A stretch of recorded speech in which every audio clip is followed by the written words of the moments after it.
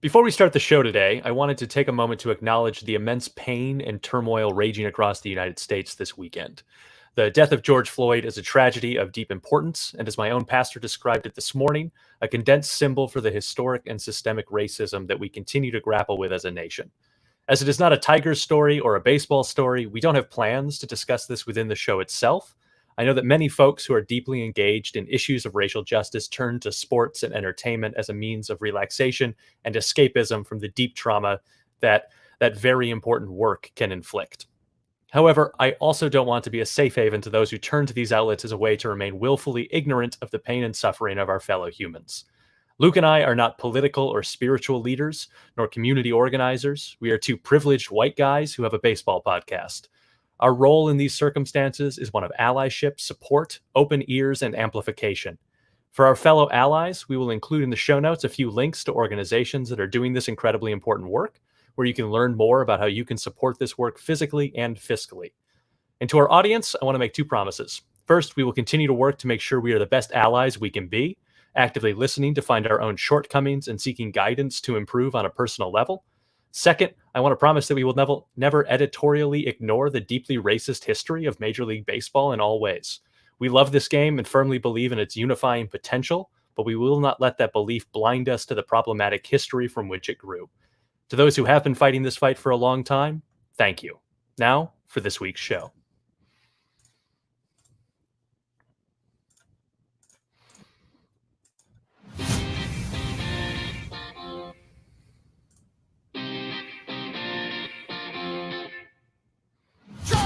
It's Baseball at the Corner. This is the Michigan in Trouble podcast with your hosts, Alex S. Freeman and Luke Jaconis.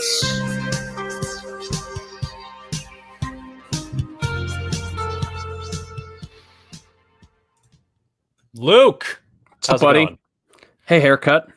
Yeah, nice haircut for both of us. We both got that taken care of in the state of Illinois this week. We're not gonna pretend like we weren't just gloating over our haircuts before we started going live.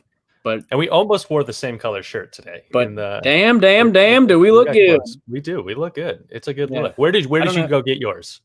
Great Clips. Where do you go? Great Clips? I'm real cheap. I went to Great Clips. Well, I checked in online, Great Clips, and 180-minute wait is what it said. And I let it get down to about 45 minutes before I headed over there. And when I got there, as I check in, she goes, "Yeah, it's going to be about 90 minutes." And I'm like, "It says 45 on the phone." And she goes, "Yeah, our app is way behind on updating those times." And as I was standing outside, because you can't wait inside, someone drove by the Great Clips I was at and goes, "No wait at Fantastic Sam's." So darn it if I didn't get in my car and drive over to Fantastic Sam's and wait 10 minutes and get a haircut. I did I worked Saturday yesterday, and I was gonna go after work. I had it all planned out. I was gonna work, go get a haircut, then I was gonna go golf. It was going to be a nice little Saturday afternoon. I worked. Easy day. Yes, easy day. Worked. Went to get a haircut. Huge wait. I said I'll try again tomorrow. So, this is where being an expert Disney fan and getting up early to be at rope drop and rides and attractions came into place. Got up. I was at Great Clips right at like 9:55. They opened at 10. There was a couple of women standing outside, and they said, "Hello, are you here for a haircut?" And I said, "I'm not here to get some lunch. Obviously, I'm here for a haircut." So they're like, "Okay, by all means, go in." They were taking walk-ins, and they said something along the lines of like, "You can, like if I would have showed up like 5 minutes later, I would have had to like sign in through the app, and then it's just kind of like a free-for-all." So I came at like the exact perfect time, and I got a nice cut. And I had a wonderful conversation with the woman who cut my hair. Honestly, like not trying to get like all preachy and everything, but like when you haven't seen people like that in that kind of capacity in a few months, we were just talking about everything. It was I'd never even met the woman before, but it was one of those things where I felt like I was catching up with her. I was like, "What have you been up to all this time?" Yeah, and it's like I've never even met this woman until 5 minutes ago. But yeah, she was a good person, had a nice talk, and everyone just be good people. good Yeah, people, good things. you're Awesome. much more of a will engage in small talk kind of Oh person yeah. than I am. I'm Mm-hmm. not typically that way, and I was sort of like, I Mm-hmm. was like, oh, I can go with my. We'll both be wearing our masks. We'll both be Mm-hmm. like, the mask thing is weird. Let's not try and have a Mm-hmm. conversation. But I could not stop myself from having a conversation with this because I I know, haven't. right? Because yeah, I haven't had the opportunity. Yeah. I've seen the same four people every day, and Yeah. so finally here was somebody I had not Yeah. talked to in a while. Yes. I was like, Yes. It "Oh, hey, was. great. We can talk And about not what our socks look like right now because that's all we've got pretty much left been to able chat to talk about." about. Surprisingly, too, it wasn't awful with the masks. Like, I still don't like wearing the Mhm. masks. I get why we have to wear them. I don't like wearing them, but I do it, and I understand why we're doing it. So that's, let's just get make sure that's clear. But surprisingly, it wasn't like awful, and she did a very nice Mhm. job. So I was like, and I think she had just said that she don't. It's like her second day back, and I was like, well, you're doing a bang up job. She was very nice. So, are you the kind of person that when you get in an Uber, do you talk to the Uber driver? I don't tend to. Okay, I I also do. I do. I talk to them all the time. I love to talk to people. when I because my wife and I flew back to Illinois, and so to Uh-huh. get to LaGuardia, we got in the Uber, and there was it was the greatest thing I've ever seen for someone like me who does not have the Hmm. conversation with the Uber driver. Hmm. He had a complete plastic shield Yeah. between us to the point, and it was like thick plastic. Hmm. So to It's like even that tell him plexiglass. what terminal I needed to we needed to be at, I had to like lean forward and shout into the C plastic through my four. mask. C Exactly. four. It's like Yeah. where we go, what terminal? I was like, oh, this one. I was like, can I just text it to you? Yeah. Text and I drive on the RFK Yeah. Uber driver, please. It'd be great. It was nice. It was nice. It was a beautiful, and it was a beautiful weekend here in Mhm. Illinois. And yeah, just as good as things can be right now, it was nice. So yes. Yeah, and like I just see a lot, I saw a lot of people out, and some with masks, some without, and that was obviously disappointing. But, Hmm. but it was nice. It was nice to see people out, to see that people are not necessarily afraid to go generate economic activity. That is an important piece of Yep. this. We got to Part get of this back. recovery, and so that was good to see. And we've got theme parks coming back. That's going to July be 11th. exciting. July 11th. So in hindsight, I mean, this isn't like it's huge secretive information, but I had a Disney vacation plan from July 17th to the 24th. And I remember a few months ago, like late March, I was kind of like, "You think I'm gonna get to do it?" You think? And we were both kind of like, "Yeah, I think it'll be all right." Yeah. And then our tune kind of changed, and then like middle of April, me and my family were like, "Let's just stop. We're trying to go in November. If it happens, great. If not, we'll go next summer." I'm glad we changed. I would not want to have to have gone with the masks in Florida, heat and humidity. No, Mhm. thank you. To the people who go and do it and brave that, you are much more stronger than I am, because I would be dying by 9 a.m. I'd be like, all right, it's time to go. But yeah, so I'm glad we changed. But the parks are opening, so that's great, and sports are happening. Not baseball, Not but sports are baseball, happening. but So yeehaw! yeah, we're going to start to see even more sports, and sports are likely happening at the Walt Disney World complex. Hmm. Probably going to see the NBA there, and we're definitely going to see some MLS there. We're going to Hmm. see there's going to be plenty of they're finally finding use for that space outside of Brave spring training. Yeah, I think we talked about it on a few episodes ago. I've never been there. I think you said you went there Mhm. once. I've never been though. So hey, it's good. It'll bring in some foot traffic, and yeah, it's good to see it get used. Yeah, Maybe now's the time while people are hurting over to go catch an NBA game at the Wide World Sports. Maybe you can get on Rise of the Resistance just a little bit sooner. I don't know. We'll have to see. let's That's well, a Disney joke. we're going to have the 25% capacity of the parks, right, to get open, and then it'll probably be, and so 25% Uh-huh. of 25% will get to go Yep. on Rise Yeah, of the pretty Resistance. much. And they cut all fast passes and dining reservations. So even if you had stuff planned 6 months ago, it's gone. Yeah, and It's every man for himself. that's another thing where you don't necessarily want to be. You talk about your family having planned this trip, and Hmm. your family goes with some frequency, so it's Yeah, we not. go about every other year. We Yeah, used to do the every year. We had family who lived in Florida. Yeah, not so much in there. We're about every other year, every 2 years. so you're not the family that has saved for a Yeah. decade, and Hmm. this is their one shot to go, Exactly. and so like you definitely feel for those people. 100%. And or even families like yours that go every other year, you Hmm. don't want this trip and the amount of money that you're going to Yeah. spend to you plan a long time for a Disney vacation, and so you don't want to be stuck with some of these restrictions that are in place for the right reasons. You don't want to be stuck with them as your lasting memory of Walt Disney World is that you couldn't eat a Pecos Bill. That's just it's the kind of thing of like, I'm not going to pay a full price for a half worth experience, if that kind of makes sense. And if people want to do that, that's awesome. Go have at it. Because trust me, you're going to get to go down a bunch of rides a lot quicker than you probably would be a year from now. But just for me, it's not so much. It was not so much, but hey, I'll be back. And hey, this isn't a Disney podcast, although we could start one. Maybe a Diz baseball podcast. Yeah, it could be fun. A Diz ball podcast. Mm-hmm. But you're right. Let's talk some baseball. Let's take a look at what we've got on the rundown today. So we're going to talk about Miggy's new rap single, which I think is going to be his walk-up music. And if it's not, I'm highly disappointed in how Miggy spent the downtime. Cuts in the minor leagues. We're going to talk about where things stand in terms of 2020, and we're going to wish a very happy birthday to Major League Baseball's Anti-Trust Exemption. And so don't worry, folks. I know you were worried, but we're going to get into all kinds of labor law and interstate commerce today, which I know is what you look for when you come to the Michigan and Trumbull podcast. But let's dig into Miggy releasing this single, and let's hear a little bit of it.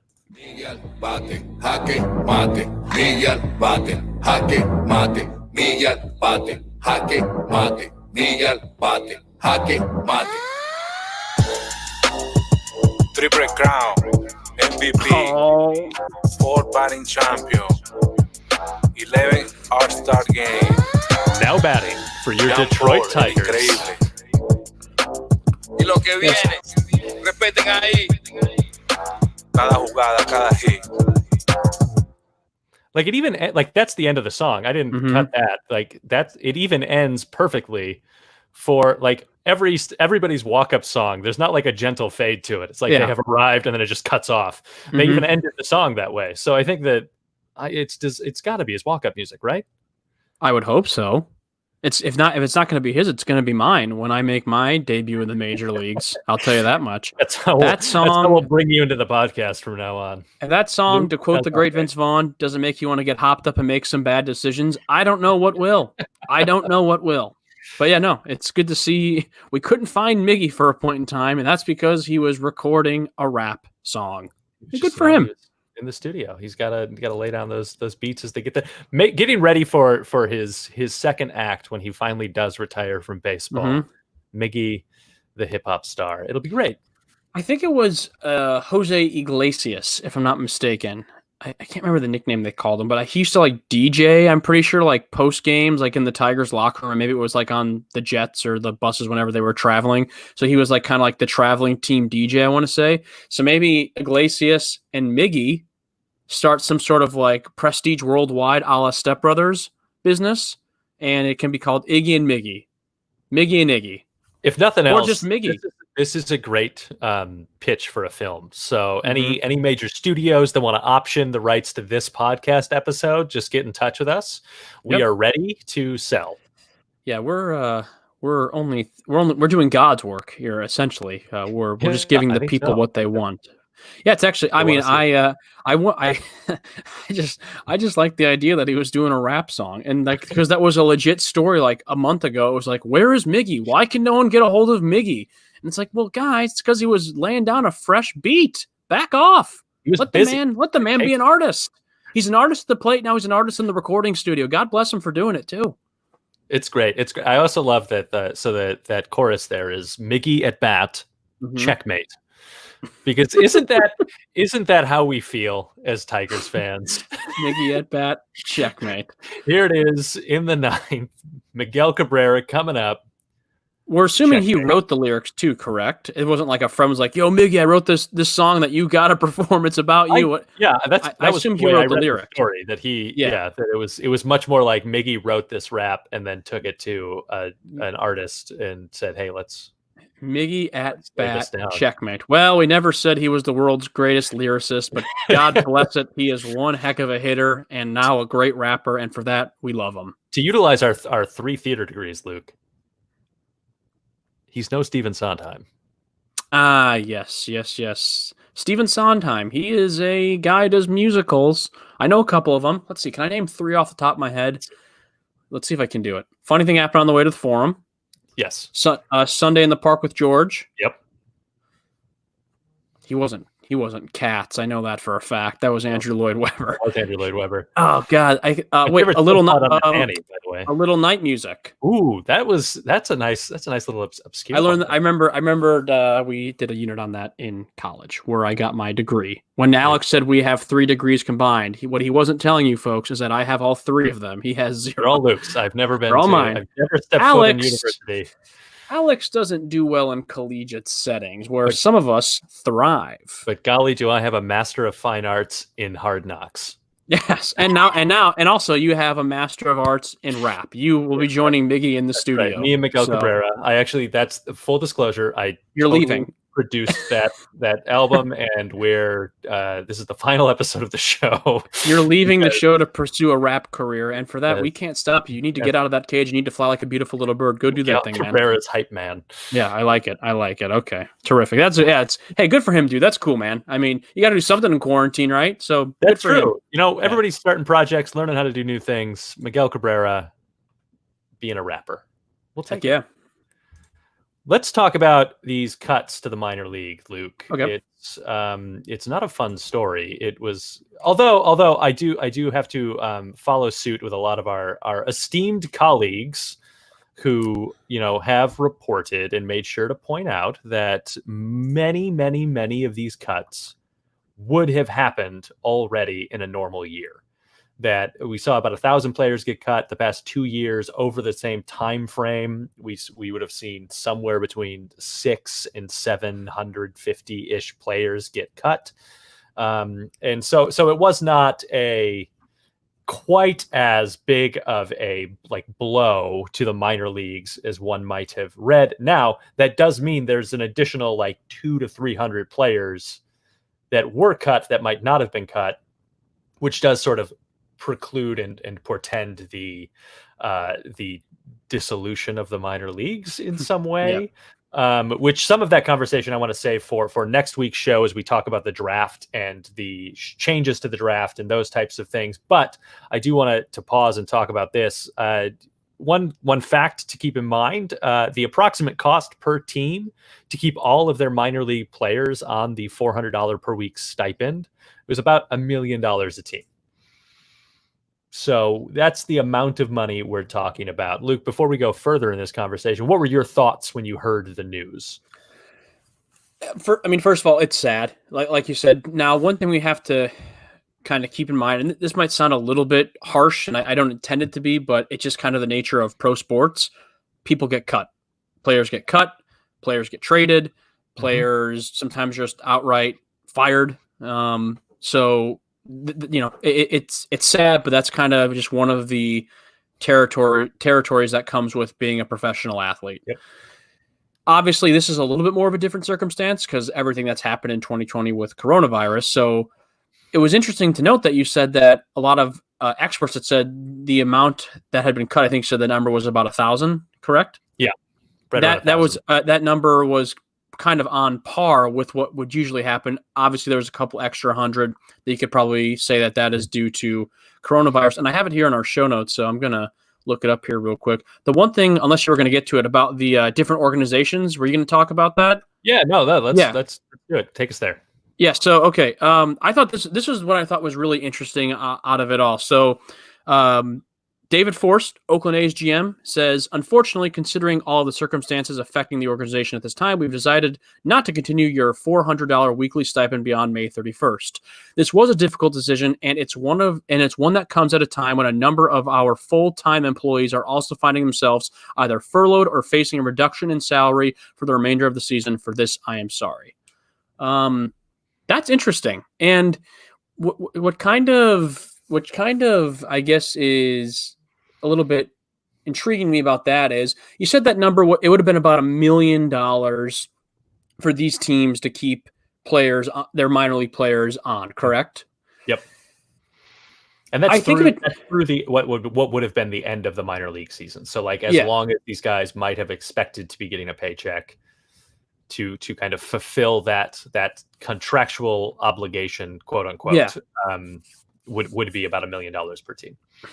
So I think a little bit now, like, because we've said before on the show, we've kind of used them as an example. The Oakland A's are a very small market team. They have always, that has always been kind of their thing. If you don't believe me, one word for you: Moneyball. I mean, that was kind of their big thing there. But even though they're such a small market team, it's like, you guys can't even, and not even $1 million. We can't do 1 million. I mean, I don't know. It's a little bit. Had that number been bigger, I'd been like, absolutely, this makes sense for a smaller team like the A's to be kind of put in this position. But I don't know, $1 million. It's kind of, it's a little interesting. I don't know. I almost kind of want to be like, really, but we don't know what's going on. We don't know their financial situation. That kind of seems to be an overall, I guess, kind of sense right now. If we don't know what all these owners' financial situations are, maybe we need to start opening up the books. Is that we don't know what your finances look like now. We do know that the owner of the Oakland A's is estimated to be worth $2.1 billion. So he probably has a spare million. And as we get into those conversations about billionaires, it is super easy to spend someone else's money, and I acknowledge that. But I think we can all agree that there comes a point where, if you're worth 2.1 billion or you're worth 2 billion, there's literally no difference in your quality of life, that nothing changes in how you exist in this world. And that's probably even true. Like, once you get above $1 billion, I won't pretend to have any knowledge of what the difference between having 100 million versus $250 million might be. To me, doesn't seem like it would make a difference either, but maybe it does. So let's use $1 billion as the defining point. That once you've got more than $1 billion, you can't spend that money fast enough to not to be broke by the time you die. Like, you gotta do something real wrong with your money to not be fine for the next 12 generations of your family, probably. Yeah, it's interesting. I mean, the A's put out a solid little product on the field. I mean, unfortunately, they're in a pretty stacked division there with the Astros and, I guess, kind of the Angels. Like, they're good, then they're not good. The Angels are a complete mystery to me. They always have been in recent years. But the A's, for what they do and for their salaries and their cap and everything like that, they got some good guys. Chris Davis, Matt Chapman. I mean, these guys can rake. So, and I don't know. I mean, maybe there's a method to his madness of hoarding his billions with a B, because they seem to produce fairly well when it comes to game time. But I don't know. I think that if you have $2.1 billion in the bank, I think he can shed $1 million for just for a couple months. I think you'll be all right. But what do I know? What do I know? You look at Oakland. Oakland gets beat up a lot because when we talk about the small market teams, like they're sort of the evil version of all the small market teams. Of like, why do we have baseball teams in small markets if this is how small market owners are going to act? That they're like, oh, it's a small market. My 2.1 billion can't sustain holding $1 million. But they do. You are right that they do. Thanks to Moneyball, in a lot of ways, they are able to produce a pretty good product on the shoestring. They're never going to be the Yankees like that. No. But that's not their goal. But there are other like small market teams, and let's shift over to that Kansas City Royals quote here from the Royals GM, and why the Royals decided not to cut all of their guys. And so this is what they said. This is what Dayton Moore said. Understand this: the minor league players, the players you'll never know about, the players that never get out of rookie ball or high A, those players have as much impact on the growth of our game than 10-year or 15-year veteran players. They have as much opportunity to influence the growth of our game as those individuals who played for a long time, because those individuals go back into their communities and teach the game, work in academies, are JUCO coaches, college coaches, scouts, coaches in pro baseball. That's Dayton Moore, Kansas City Royals GM, another small market team. that is doing what I would say is the right thing. And where if this were the economy of a year ago, where we had between 3 and 5% unemployment, and it was like these guys, they're going to be able to go find a job wherever they go. Like right now, these guys who potentially gave up good jobs or going to college or the various things that minor league players give up to go play baseball for very, very little money, but for the dream of playing in the majors, they were going to be okay. But in this situation, they're suddenly not, and that there aren't jobs for these guys to go to right now, and that's sort of like the central tenet behind that Royal statement, is that where are these guys going to go? Let's take care of them for the amount of time we said that we would take care of them for. Yeah. And that's even guys that they would have cut under normal circumstances, but they acknowledge that these are not normal circumstances. And so let's give back to these guys who are going to come into, especially a place like Kansas City. You think about these guys that may have moved to Kansas City, that are suddenly going to feel much more loyal to Kansas, that mid-Missouri, that region of the country where sometimes in a small town, all you have is the baseball team. Yeah. That's a good point you just mentioned there. Was these are not usual circumstances of what's going on right now with everything with the virus and whatnot, and kind of the effect that it's had on sports and just life in general. So it's good on the Royals to kind of take that step and to take care of their own. It's, a lot of these stories that we're talking about right now, they just kind of keep overlapping in really ironic or not ironic ways, depending on how you look at it. It comes down to a sense of loyalty. That's what it comes down to, loyalty. And it's the same thing too with these negotiations right now between the players and ownership to try to get the season underway. Really what this is all kind of, in my opinion, based on is loyalty. There's not loyalty. There's not trust between owners and players. That's why we haven't gotten an announcement yet about a 2020 season.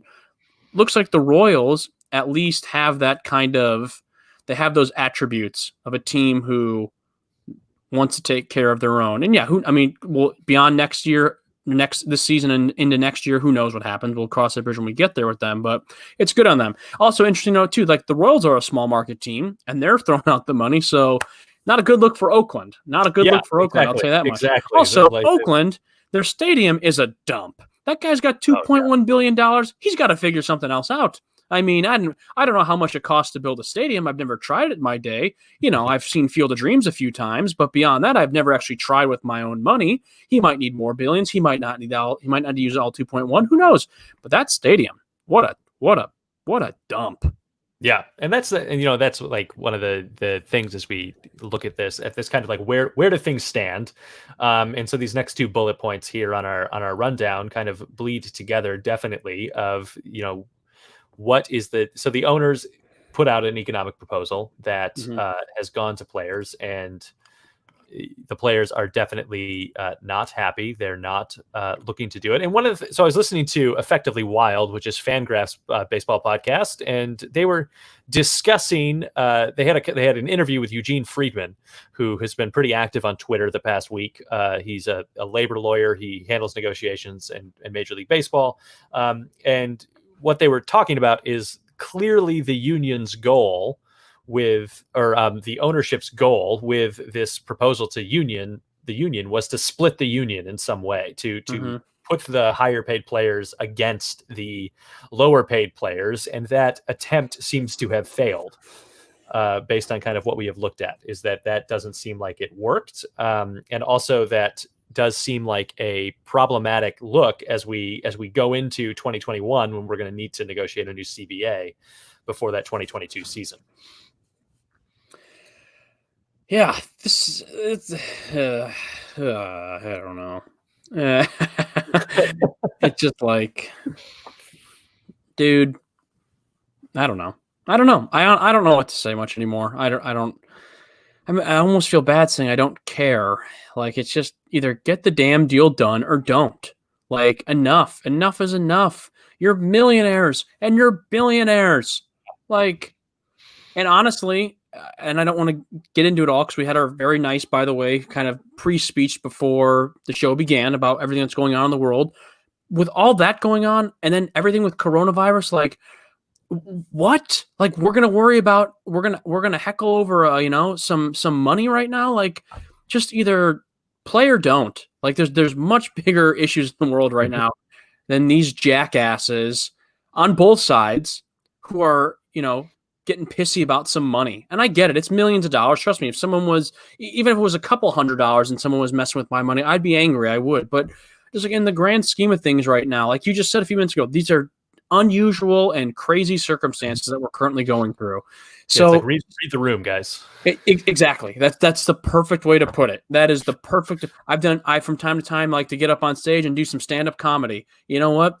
You got to read the room. You got to know what jokes are working, which ones aren't. And if the ones that are working, keep going with them. If the ones that suck, stop, go in a different direction. Mm-hmm. And these players should go be stand-up comedians. That's what I think they should do. They should. Miggy released a rap album. I would like to go see Blake Snell become a stand-up comic. I don't think there's too different. But I mean, I honestly, dude, like I don't. It's a lot. And that thing that from the fan, like that what you said, fan graphics, right? Yeah, fan graphs. Yeah. Yeah. It's I mean, it's interesting, but I mean, at the end of the day, too, we're getting so much information.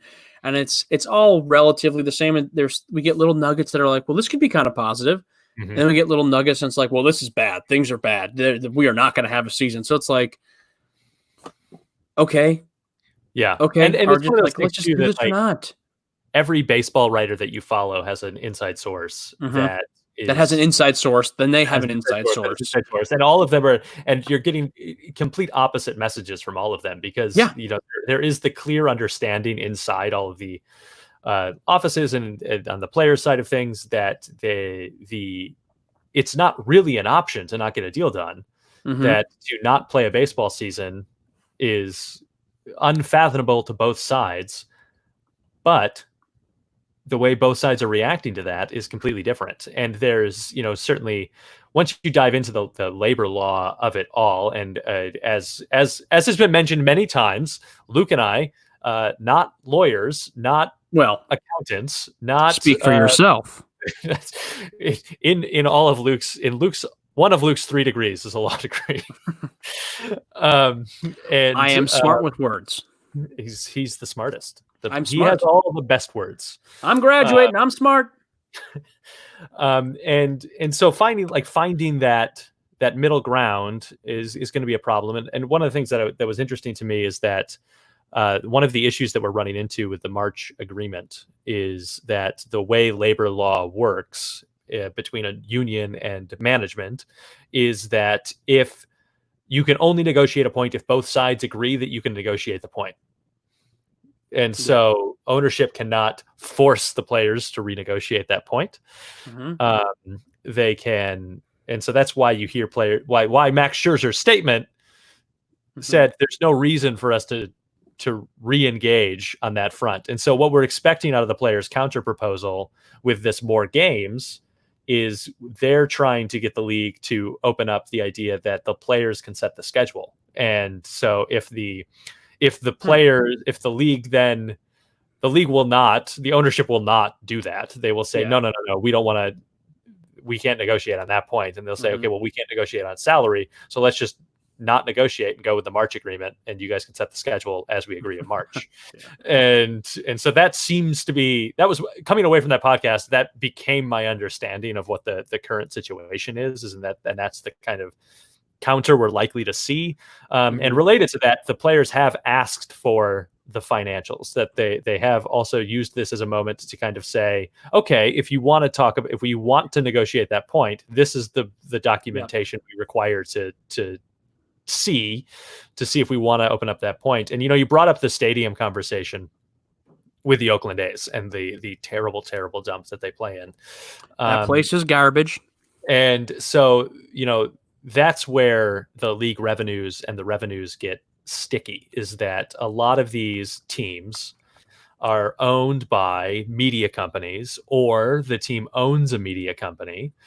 You think about, the Yankee Entertainment Network, in New York, and you can think about all sorts of like Turner Broadcasting and the Braves and all of these types of endeavors that are not baseball, but make most of their money because baseball exists. Similarly, the team may own the ownership group may own the stadium, but the team doesn't own the stadium, and so the revenues there are different. Or ownership doesn't own the stadium, but they own all of the parking anywhere close, and so those revenues don't necessarily get.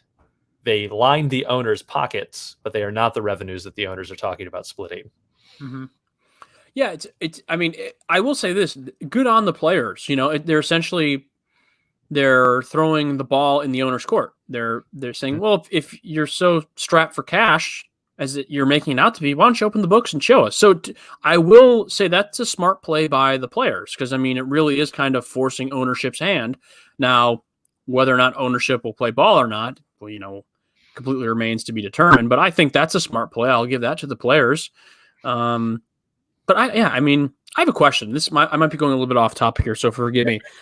We both have kind of admitted that we're not huge NBA or NHL fans, but both those leagues haven't had official like return dates, but we've already seen that the NHL, their playoff plan, we know NBA, wide world of sports, that's pretty much sounds like not a done deal, but like definitely a strong possibility like that's going to happen.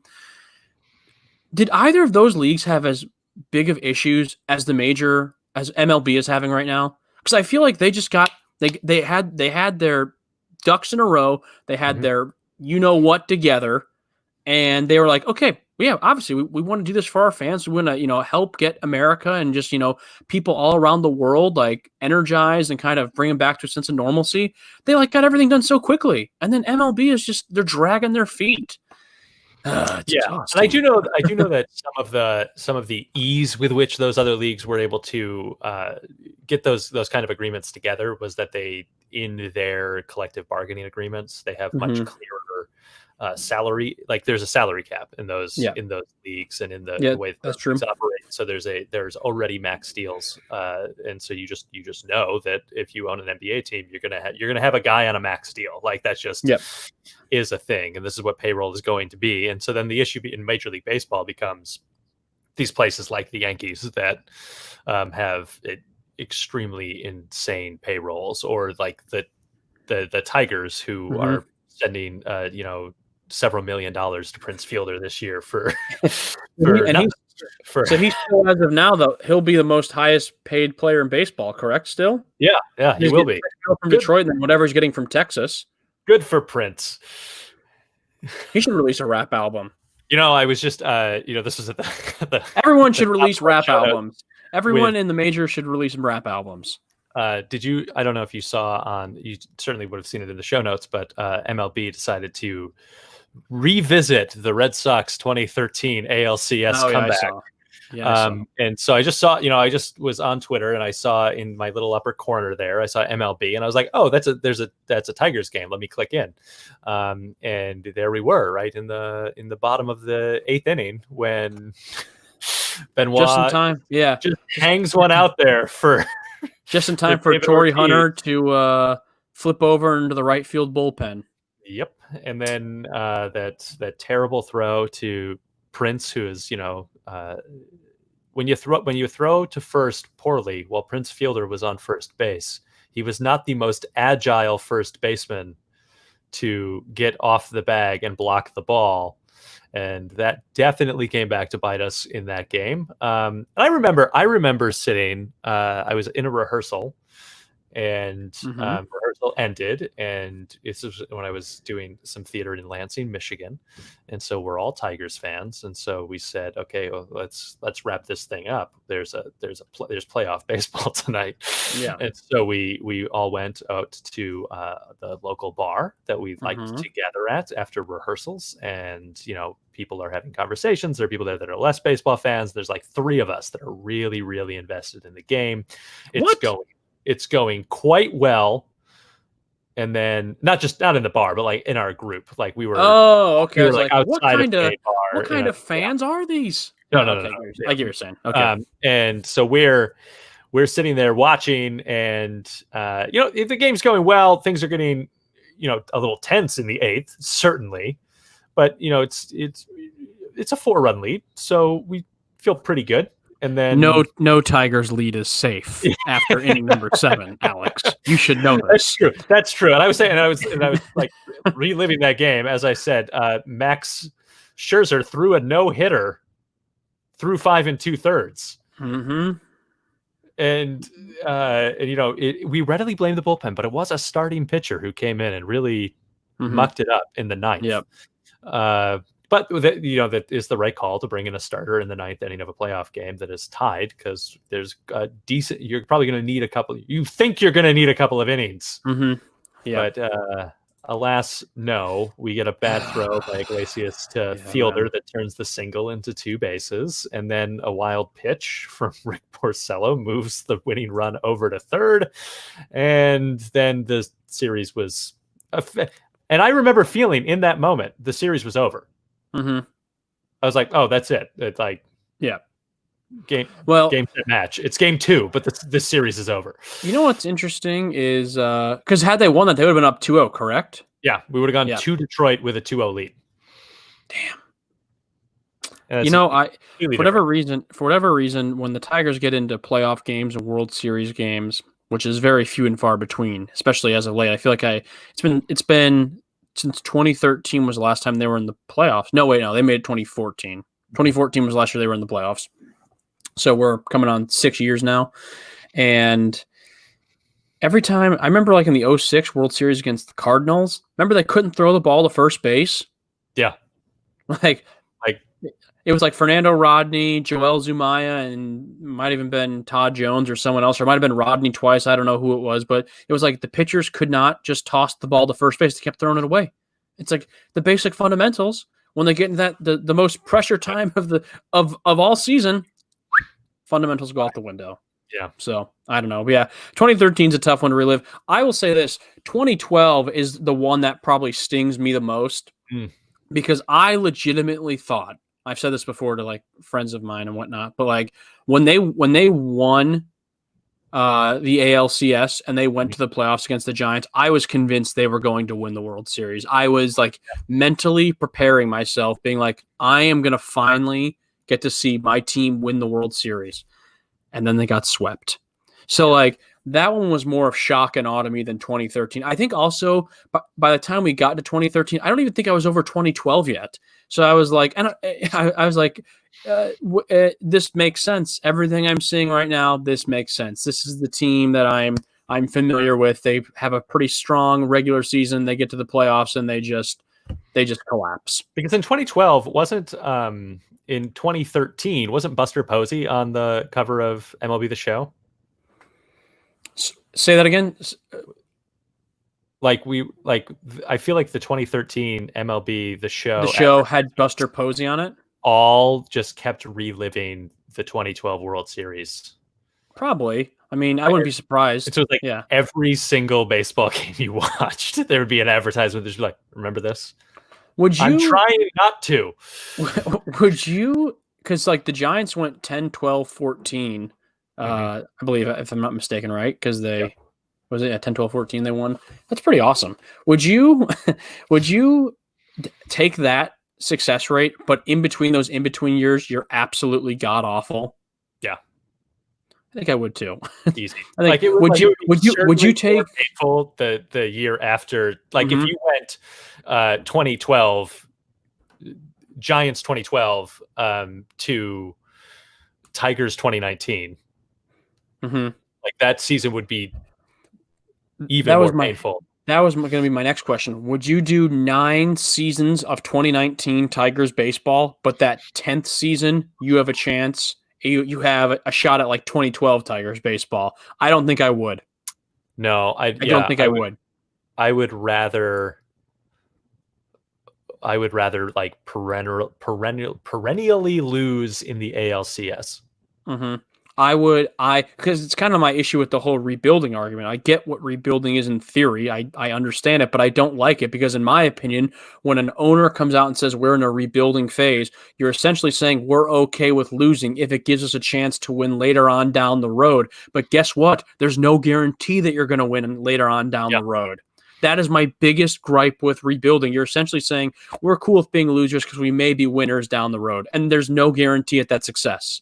Yeah, because you look at 2012 as a really great example of a team that was truly built to win a World Series, and then you can 2013 theoretically we've added to more weapons. We have not subtracted, and then that should have continued into 2014, and we just didn't. Yeah, 2014 we got eliminated in the ALDS against the Orioles, correct? Yeah. So I mean, it was like from 12 to 14, we got a little bit worse each year when it came to the playoffs. And that's only three. And that's only 3 seasons, right? That's like 3 seasons of quote unquote we're going to be a World Series contender, as opposed to now we're on year 6, probably 7, 8. Yeah. And so we're looking at like a decade of incompetence to maybe have 3 shots at it.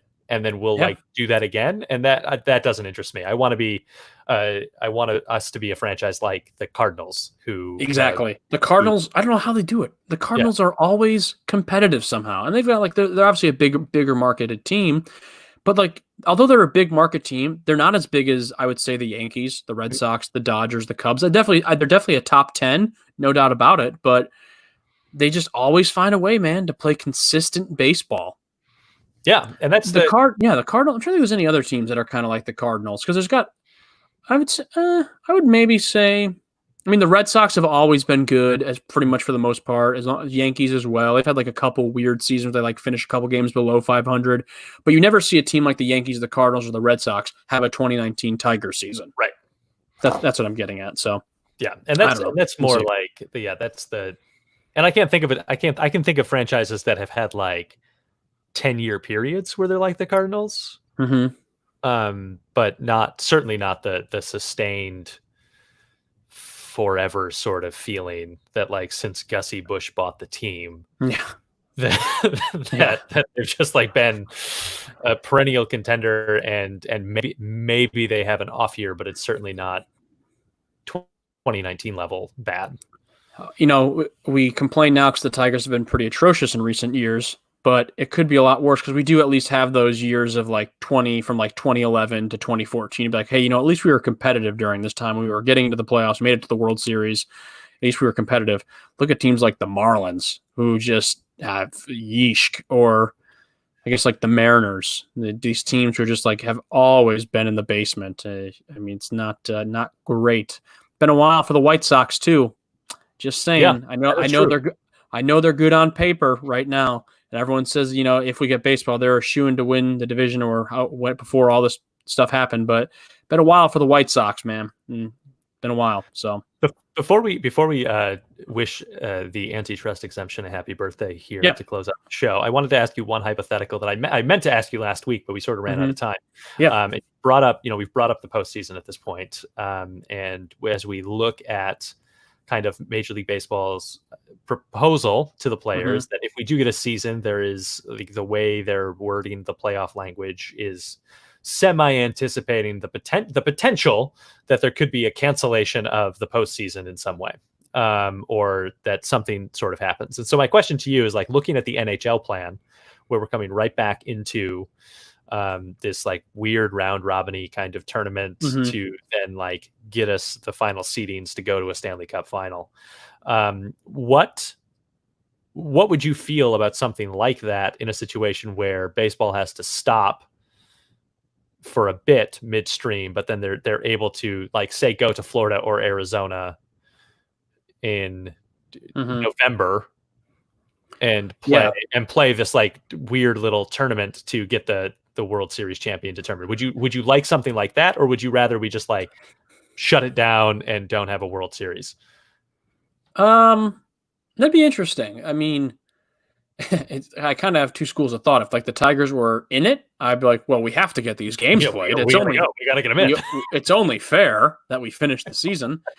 But if they aren't in it, I'd kind of be like, who cares? I mean, even regardless if they're in it or not. I mean, this whole thing has been such a mess to try to navigate and try to get through. I mean, it just almost seems ironic, right? That even if we're able to come to an agreement and we get a season, it almost seems like it's going to happen. Like come October, we're going to be told, hey, cases are spiking back up again. It's not safe to play. We got to shut down the season for another 8 weeks or whatever. And by that point in time, you have to be like, well, then just cancel it. Because even if, let's say, hypothetically, to go off your hypothetical, we get to the beginning of October and they say cases have spiked again. We have to shut it down for 8 weeks. Well, then we don't come back then until December. And then a month after that, you're already into spring training just about for 2021. So it's like pitchers and catchers you report, I mean, early February. So, I mean, to answer your question, I would just say shut it down. Honestly, if we have any hiccups along the way, I would say shut it down. I mean, because also you have to imagine, too, that in your scenario, that fans, like, what else can you do? Like, there won't be fans at the games, we're assuming. So if higher cases come back in October and we got to shut things down, there's not much else you can do. You're already social distancing. You're already keeping the teams in their stadiums, the quarantine. Maybe you try the Arizona thing where you play them one hub. I don't know. But I would say just shut it down. Shut it down. That does mean that in true Detroit fashion, we are going to get a season in. The Tigers are going to be very surprisingly in contention. And then we're going to shut it down. Bingo. And so bingo was his name out. And then we'll be back to 2019 levels of incompetence in 2021, because that's just how it works to be a fan of the Detroit Tigers. Yeah. All of this to be said, as we listen to all of these things, one of the things that keeps coming up in like brief mentions is the antitrust exemption of Major League Baseball. Luke, what do you know about MLB's antitrust exemption? I don't know what this is at all. What the hell are we talking about? I don't know what this is. So we've got here in the United States, you're not allowed to collude with other businesses. So if we each own a business, we own all the gas stations in a town. It's actually not a great example, but because for a reason I'll explain why in just a moment. But a trust would be, we own all the gas stations in the town. We have agreed that we will not charge less than $4 a gallon for gas. Regardless of what we're paying for the oil, we're not going to pay. And then when a competitor enters the market and they're paying this, we then agree to lower our prices below them so that we kill the competitor. So it's it's anti-competitive laws. It's so that you can't own a monopoly is essentially what they are. Major League Baseball has an exemption to the Sherman antitrust laws. And they got that exemption on May 29th of 1922 in a Supreme Court case that was brought by the Federal League, who was suing that the Major League Baseball was a trust. And the suit was actually brought by the Baltimore Terrapins, who everybody else in the Federal League sold out. When Major League Baseball came knocking with their agreement, they said, okay, yeah, sure. We'll take your money. That's fine. But the Baltimore Terrapins said, we would like to just join the league. And Major League Baseball didn't want to put a franchise in Baltimore. Because they were like that, the market's not big enough, and also Baltimore has long been a historically black city, and Major League Baseball's ownership at the time did not want to put a franchise in a historically black city like Baltimore. So that's messed up. They said, no.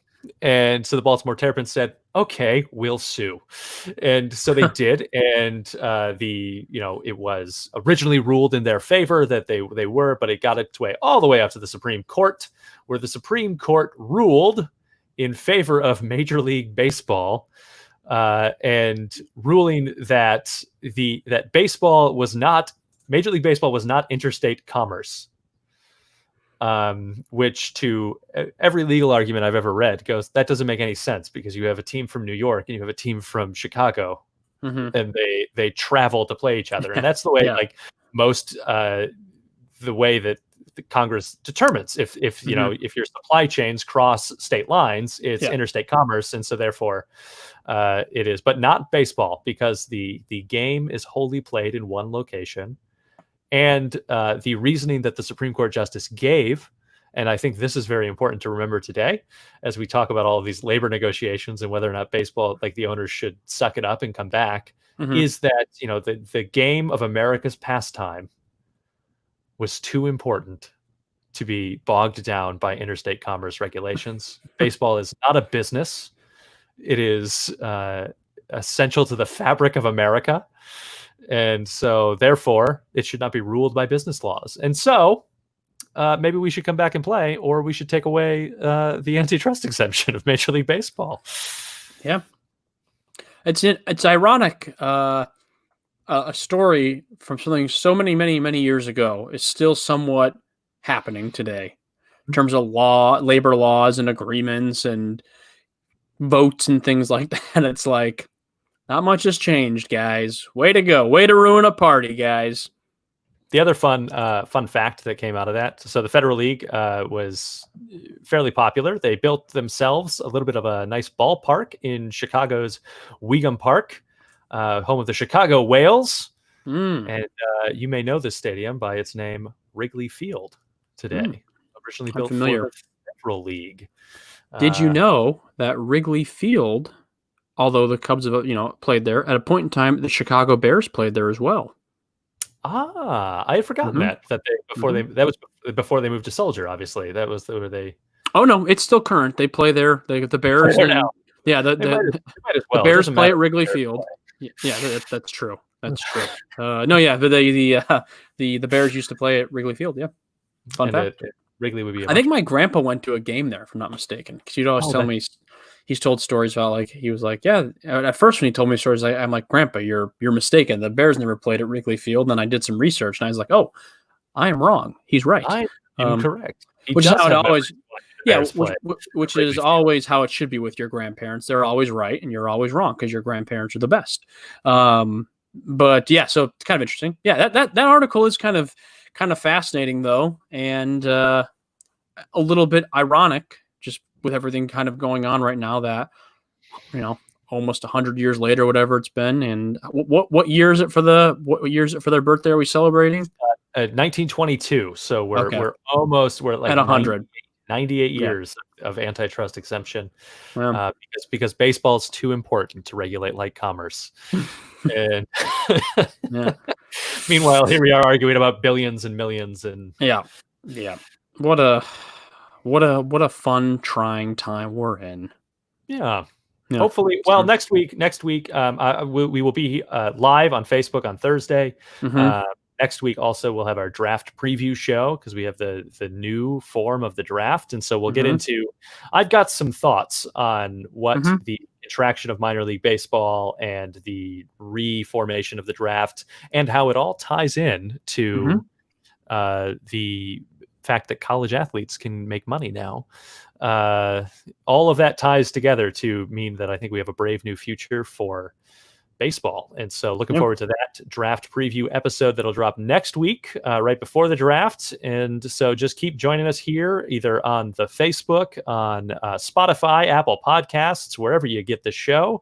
We will be here every single week talking baseball, talking labor law, hopefully less labor law soon and more baseball. Yeah, we're gonna and Miggy's next single whenever he drops. Can his music play us out? Is that too much to ask? Oh no. Okay, that's terrific. The right amount of thing to ask. And Luke, we'll see you next week. I'll see you soon, buddy. And everyone in the world, be nice, be good people. Let's love each other. Why did it stop? Oh, I had a. Well, there we go. Have a good week, everybody. milla al bate, jaque mate. Triple crown, MVP, 4 batting champion, 11 All-Star Game. Jean Paul, el increíble. Y lo que viene, respeten ahí. Cada jugada, cada hit.